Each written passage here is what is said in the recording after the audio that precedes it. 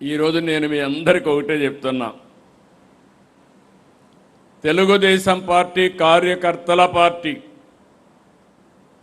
ఈ విషయం అందరం గుర్తుపెట్టుకోవాలి. నేను ఎన్నోసార్లు చెప్పాను, నాయకులు వస్తారు, నాయకులు ఉంటారు, ఒకరిద్దరు నాయకులు కుప్పిగంతులు కూడా వేస్తారు, కానీ శాశ్వతంగా పార్టీని మోస్తున్నది, మోయబోయేది తెలుగుదేశం పార్టీ కార్యకర్తలే. దాంట్లో అనుమానమే లేదు. నాయకులను కాను తిరుగుతారు కార్యకర్తలు.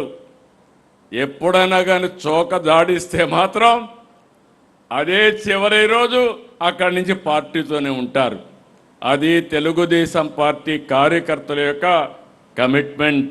దానికి మనస్ఫూర్తిగా ఆ కార్యకర్తలకి పాదాభివందనం చేస్తున్నారని మరొక్కసారి మీకు తెలియజేస్తున్నా. నిన్న ఈరోజైతే ఒక్క మాట చెప్పాం.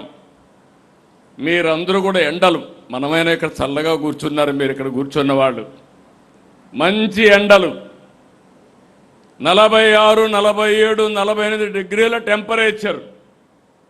అలాంటిది 1875 ప్లేసుల్లో ఒక్కరు కూడా కదలకుండా అచంచలమైన విశ్వాసంతో కూర్చున్నారంటే ఈరోజు రాష్ట్రమంతా కూడా మహానాడు ఒక పండుగగా చేశారు, పసుపు మయం చేశారు. వాళ్ళందరినీ మనం గుర్తుపెట్టుకోవాల్సిన అవసరం ఉంది. అందుకే తెలుగుదేశం పార్టీ కార్యకర్తల కోసం అనేక కార్యక్రమాలు తీసుకున్నాం. 150 కోట్ల రూపాయలు ఇటీవల కాలంలో ఇన్సూరెన్స్ ఇవన్నీ మనం ఖర్చు పెట్టే పరిస్థితికి వచ్చాం. ఈరోజు నేను ఒకటి ఆలోచిస్తున్నాను, కాస్త కోస్తో నా కుటుంబం పైన మీకు అందరికీ అవగాహన ఉంది.